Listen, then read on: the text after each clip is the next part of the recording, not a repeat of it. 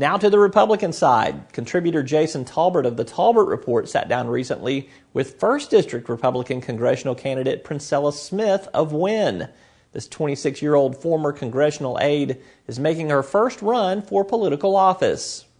Well, you left all the craziness of being on Capitol Hill, being a staffer for these various offices, to come back here, come back to the 1st District and run for Congress. What was it that compelled you to make that move? Well, I've always wanted to represent my state or my district in some kind of way. I'm quoted in several previous articles.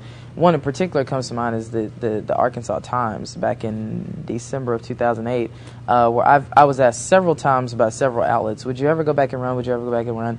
And the answer was always that was a possibility. And I always thought that it needed to be the right time, the right environment. I always thought, I needed to be ready personally to be able to take on something of that magnitude. And the way this happened, this was just kind of the right year. I mean, I think it wasn't just because Congressman Berry decided to retire. It was the entire mood of the state of Arkansas and of the nation, frankly, to want to elect people to go to Washington, D.C. and really affect some change. Some people who were not the status quo, who had original ideas and thought processes. And so it was kind of a mixture of all that. I did an exploratory process to really see, is this something that should be done and could be done this time?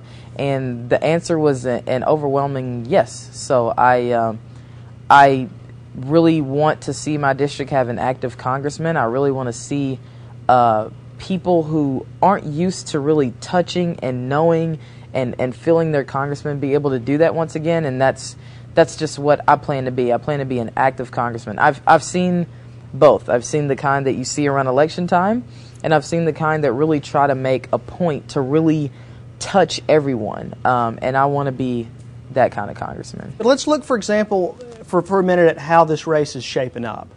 Right now, there's 7 or 8 people that may actually be in this race, 2 on the Republican side. What distinguishes you? What separates you from your Republican opponent, Rick Crawford?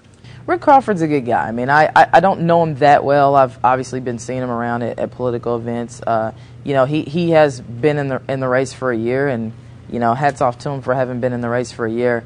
I think what distinguishes me from someone like Rick Crawford is frankly, had I been in the race for a year, there's pretty much probably no way that anyone else would have room to feel like they could get in and actually make some headway to win the election. And I'm not necessarily knocking Rick Crawford, but my campaign skills and skills to really get in and connect with the voter and let them understand where I am and what I want to do in Washington, D.C., I think are superior to his. I am certainly, I think I have a better grasp on the issues.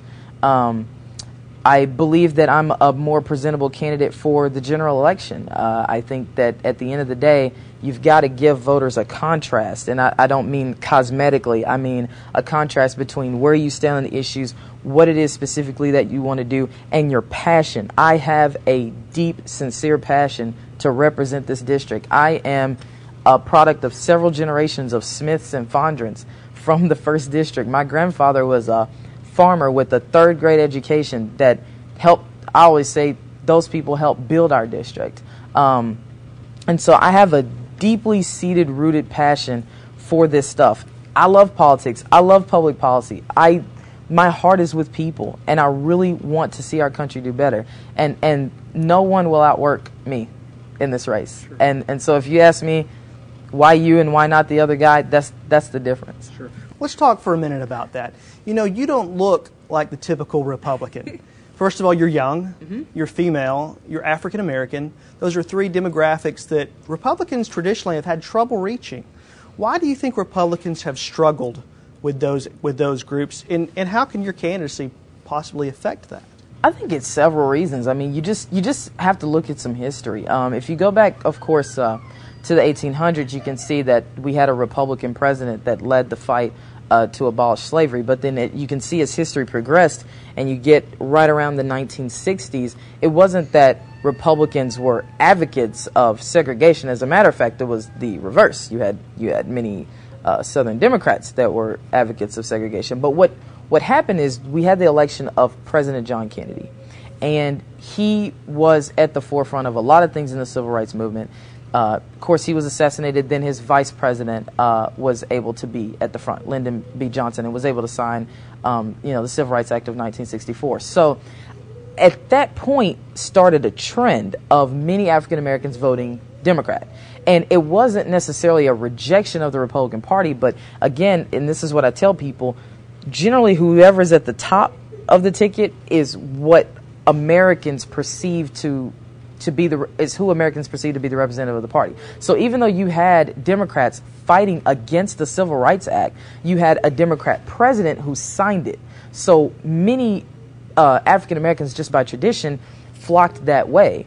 What Republicans need to do is first of all, we are horrible at citing our record on civil rights, and we are horrible at citing just how many minorities we have put into place in the different areas. And I don't just mean, Condoleezza Rice and Colin Powell during the Bush administration. I mean, there have been several African Americans put in positions of power, several Hispanics, several Asians put in positions of power that just didn't get a lot of media coverage.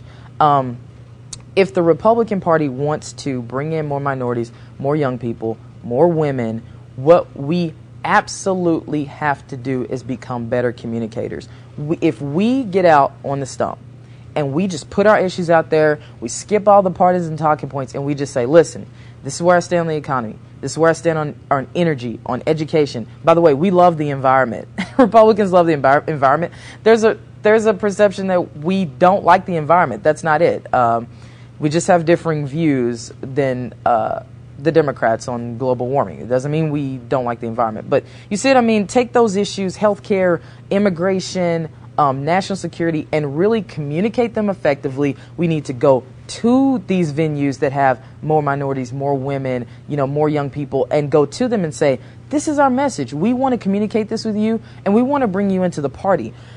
If we do that, we can be successful. What we've been doing is saying, oh, they're not going to vote for us anyways, so let's just not waste the time and let's go get where we can get our numbers. If we keep doing that, we won't have any numbers. I know a minister that used to say, I want a church that looks like heaven. He would say, I want all races to come to my church. And he'd say, I want a church that looks like heaven. I say, I want to be in a party that looks like America.